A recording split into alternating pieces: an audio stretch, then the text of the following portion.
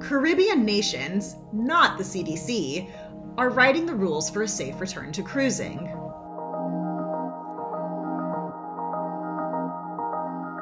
Nearly a year after the industry was grounded due to the pandemic, the U.S. Centers for Disease Control and Prevention offered a rare glimmer of hope, telling Bloomberg in early April that the resumption of passenger operations in the United States could take place, hopefully, by midsummer. But that may be too little too late.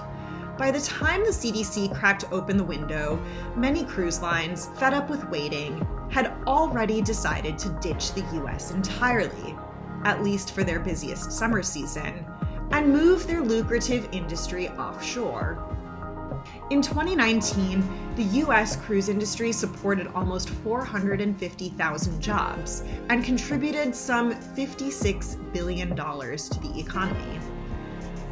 Now much of that benefit is being diverted to ports around the Caribbean, who are welcoming ships with open arms. Some, such as Bermuda, are limiting the number of cruise passengers.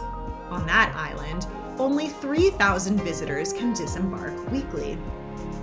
Others, including Anguilla, which has earned recognition for having a remarkably small number of COVID cases during the pandemic, are requiring that all shore excursions be limited to specific parts of the island and be run only by approved COVID-compliant vendors. One requirement has been consistent across the board: vaccines for all adult guests and crew.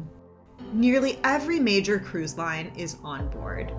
Crystal Cruises, Royal Caribbean, Celebrity, Norwegian, Windstar, and even Viking plan to restart business in the region this summer. Still, cruising will come with known and unknown risks. In Antigua and Barbuda, as well as other islands, the resumption of tourism and the return of higher numbers of nationals have sent COVID-19 cases soaring. Poor access to vaccines in some countries means that locals are exposed to greater risk than the traveling public. While the prospect of transmission among the vaccinated set is considered low risk, the CDC continues to recommend against large group settings, a probable reason why it has yet to approve of cruising on U.S. shores. For Caribbean countries, that risk comes with significant economic rewards. Bermuda is estimating a potential economic boost this summer of more than $40 million if it can get just 3 ships to use it as their primary port.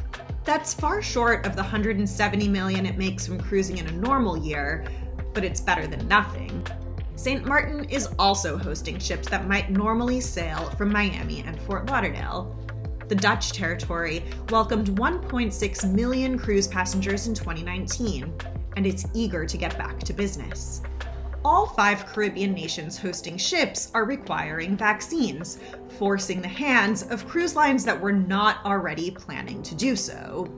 Most are also requiring negative PCR tests for an added layer of security.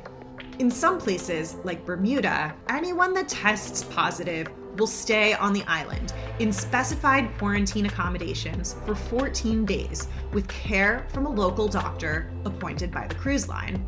But in most cases, thousands of inoculated passengers will be able to get off the ship at nearly any tropical island and explore with few limitations. And while on board, the drinks will flow and the show will go on, just with masks and some social distancing. Will it be safe? Time will tell. But executives are bullish, saying it'll be the safest leisure activity on the planet. This is Where To. I'm Nikki Eckstein.